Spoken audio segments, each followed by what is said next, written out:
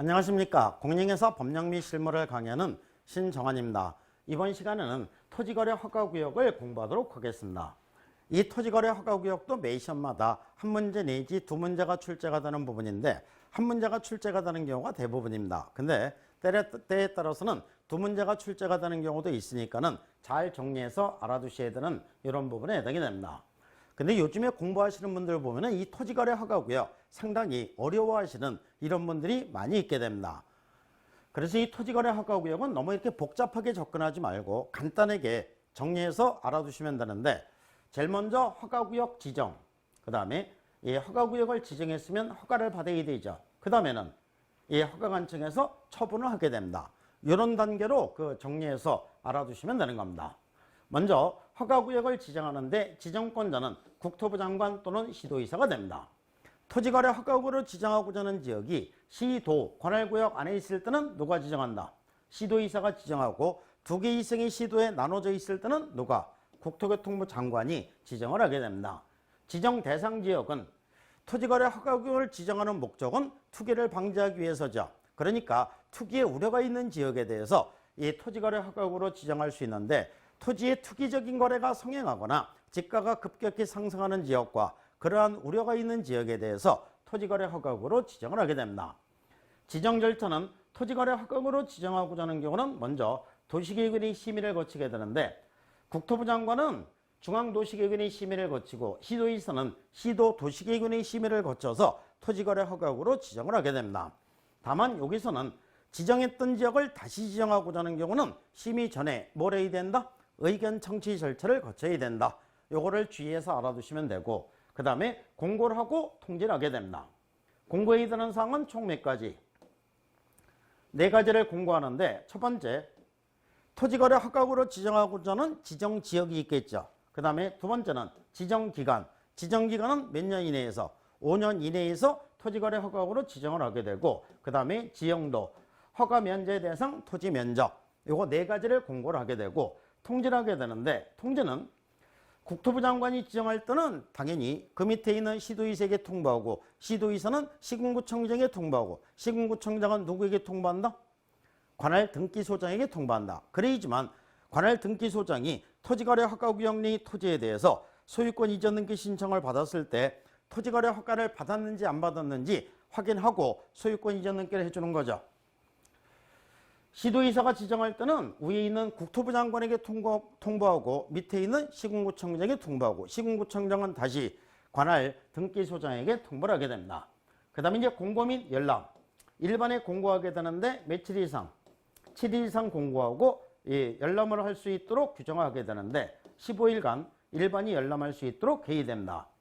이렇게 해서 이제 토지거래 허가구역으로 지정을 하게 되고, 해제 및 축소. 그러니까 토지거래 허가구역을 지정하는 거, 해제하는 거, 축소하는 거, 변경하는 거 전부 다 도시계획원의 심의를 거쳐서 해야 된다. 그럼 이제 효력이 발생이 됩니다. 효력 발생은 공고한 날로부터 5일 후에 효력이 발생이 됩니다. 그러니까 이렇게 해서 이제 토지거래 허가구역으로 지정이 되는데, 지금 한 요 얘기가 뭐 엄청 어렵거나 그런 건 아니죠.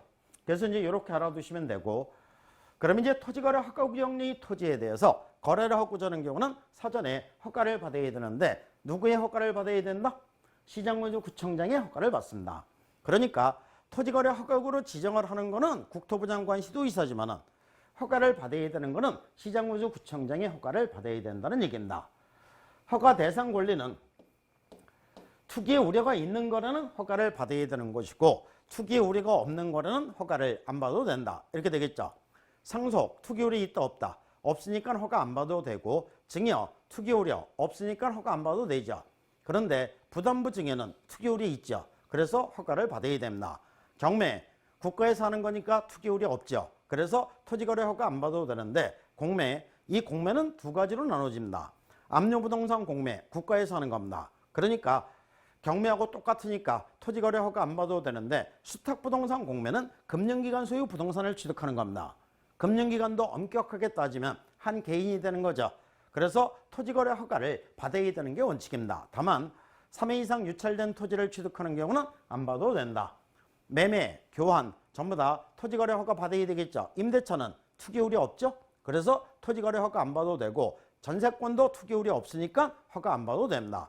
지상권은 투기율이가 있으니까 허가를 받아야 되는 거죠.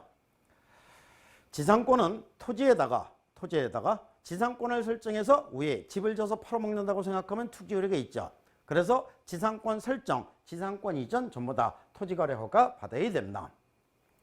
그 다음에 허가를 받아야 되는 이 대상 면적은 이게 이제 기준 면적으로 나오게 됩니다.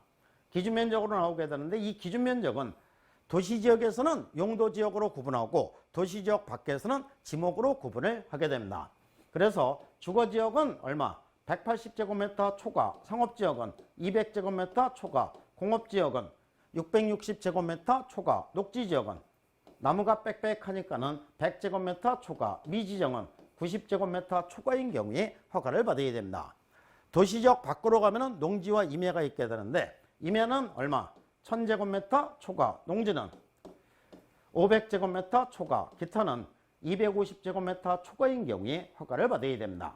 그런데 이 기준 면적은 토지거래 허가국으로 지정하는 지정권자가 기준 면적의 10% 이상 300% 이내에서 따로 정해서 공고하는 경우는 그 면적이 적용이 되는 겁니다. 그러니까 상업지역은 기준 면적이 얼마입니까? 200제곱미터, 요거의 10%니까 20제곱미터가 되겠죠.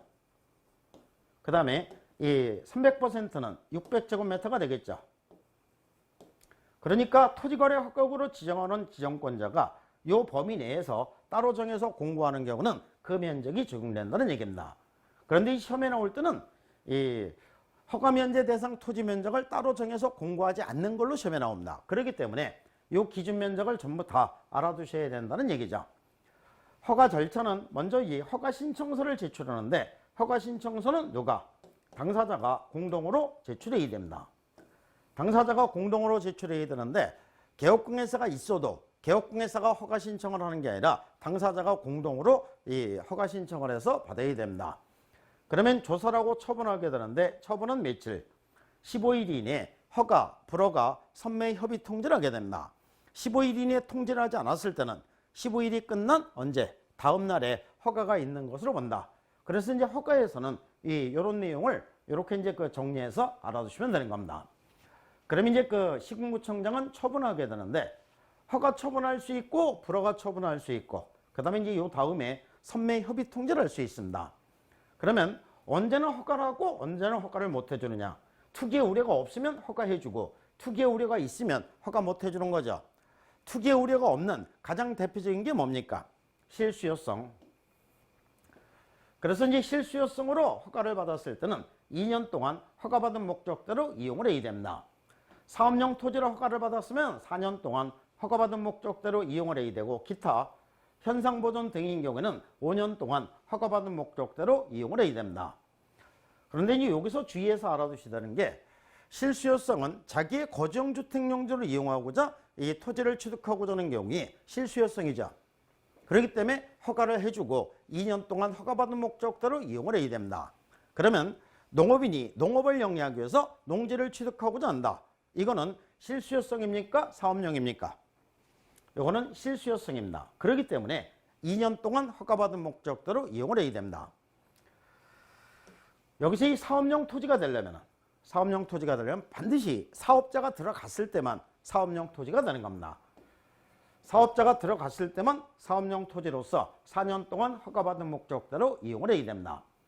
그래서 이제 요 기간 동안 허가받은 목적대로 이용을 해야 되는데 허가받은 목적대로 이용하지 않으면 이행명령을 하게 됩니다. 이행명령은 3월 이내에서 이행명령을 하게 되고 이행명령을 했음에도 불구하고 허가받은 목적대로 이용하지 않는다. 이렇게 했을 때는 이행강제금을 부과하게 되는데 이행강제금은 얼마? 취득가액의 10% 이내에서 이행강제금을 부과하게 됩니다. 불허가 처분하면 나는 이 토지를 꼭 팔아야 되는데 그래서 팔기 위해서 허가를 신청했는데 시장군구청장이 불허가 처분한다. 그러면 네가 사라고 할 수 있겠죠. 이거를 유식한 말로 매수 청구라고 얘기합니다. 그러면 시장군구청장은 국가나 지방자치단체 공공기관으로 하여금 이 토지를 매수하게 할 수 있는데 비싼 값에 산다, 싼 값에 산다. 싼 값에 사야 되겠죠. 이거는 매도인이 아쉬운 겁니다. 그래서 싼 값에 사니까 공시지가로 매수하게 할 수 있다. 그리고 이제 단서 규정이 있게 됩니다. 단, 토지거래 허가신청서에 기재된 가격이 공시지가보다 낮은 경우에는 허가신청서에 기재된 가격으로 매수할 수 있다. 라고 이제 규정을 하게 됩니다. 그 다음에 선매협의 통지를 할 수 있는데 선매협의 대상이 되는 토지는 딱 두 개입니다. 허가신청하는 공익사업용 토지와 그 다음에 허가받은 목적대로 이용하지 않고 있는 토지, 요거 두 개 토지가 선매협의 대상이 되는 토지가 됩니다. 선매협의 절차에서는 15일하고 1월 요거를 이제 구별해서 알아두시면 되는데, 허가 신청을 받은 시장군수구청장은 며칠 이내에 이 선매협의 통지를 한다. 15일 이내에 선매협의 통지를 하고, 허가 신청을 받은 날부터 1월 이내에 선매자를 지정해서 이 통보를 해주게 됩니다. 그러면 선매자는 지정 통지를 받은 날부터 며칠?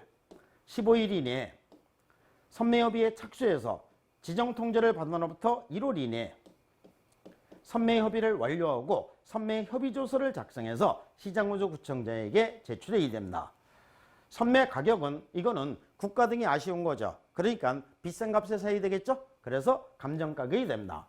그리고 여기도 역시 이제 단서 규정이 있게 됩니다. 단, 토지거래 허가신청서에 기재된 가격이 감정가격보다 낮은 경우에는 허가신청서에 기재된 가격으로 매수할 수 있다. 선매협의가 성립되지 않으면 이때 허가 또는 불허가 처분을 하게 됩니다. 그래서 이제 선매제도에서는 간단하게 이렇게 해서 이제 정리해서 알아두시면 되는 겁니다. 그래서 토지거래 허가구역에서는 이 정도 내용을 알아두시면 되는데, 문제가 나올 때는 이제 두 가지 유형의 문제가 나올 수 있다고 생각할 수 있습니다. 첫 번째는 토지거래 허가제에 대한 전반적인 내용과 그 다음에 이제 민법에서 배우시는 유동정부에 관한 판례가 있죠. 그래서 이제 유동정부에 관한 판례, 이것도 이제 시험에 나올 수 있으니까 이 두 가지 방향으로 알아두시면 됩니다. 문제 1. 부동산 거래 신고 등에 관한 법률상 토지거래 계약의 허가 등에 관한 설명으로 틀린 것은? 틀린 거를 찾으라는 얘기입니다. 1번. 토지거래 계약의 불허가 처분에 이의가 있는 자는 처분을 받은 날부터 1개월 이내에 시군구청장에게 이의를 신청할 수 있다. 동그라미. 불허가 처분을 받은 토지는 선매협의 대상 토지가 될 수 없다. 동그라미. 이 불허가 처분을 받았으면 매수 청구의 대상이 되는 거지 선매협의 대상이 되는 토지가 아니죠. 선매협의 대상이 되는 토지는 딱 몇 개? 두 개. 허가 신청하는 공익사업용 토지와 두 번째, 허가받은 목적대로 이용하지 않고 있는 토지, 요거 두 개 토지가 선매협의 대상이 되는 토지입니다. 3번, 선매자로 지정된 자는 지정일로부터 1월 이내에 선매협의를 완료하고 동그라미. 선매협의조서를 작성하여 시군구청장에 제출해야 한다. 토지거래 계약의 허가 신청에 대한 토지에 대해서 시군구청장이 선매자를 지정하는 경우 선매자가 토지를 매수할 때의 가격은 허가신청서에 기재된 가격 X가 되겠죠.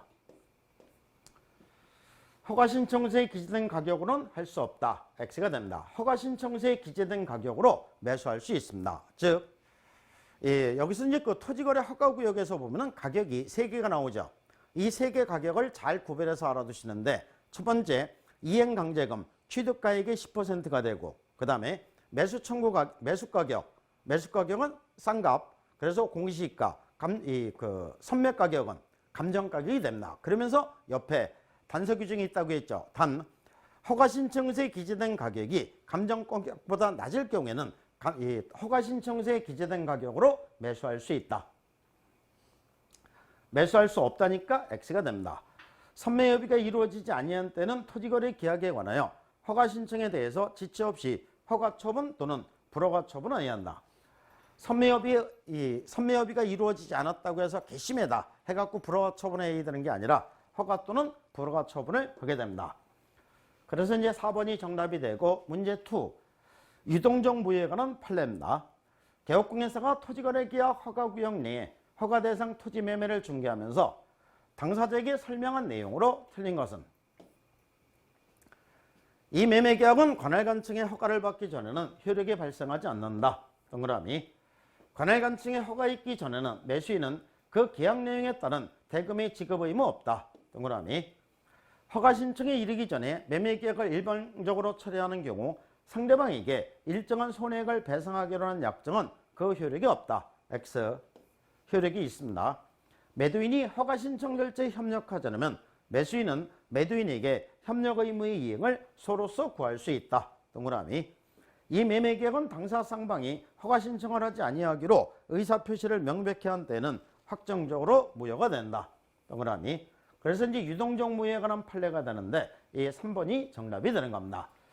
이렇게 해서 이제 토지거래 허가구역을 살펴봤는데 내용은 많지만 중심적인 뼈대를 중심으로 해서 알아두시면은 여기서 문제가 나왔을 때도 수월하게 해결할 수 있는 이런 문제에 해당이 되는 겁니다. 감사합니다.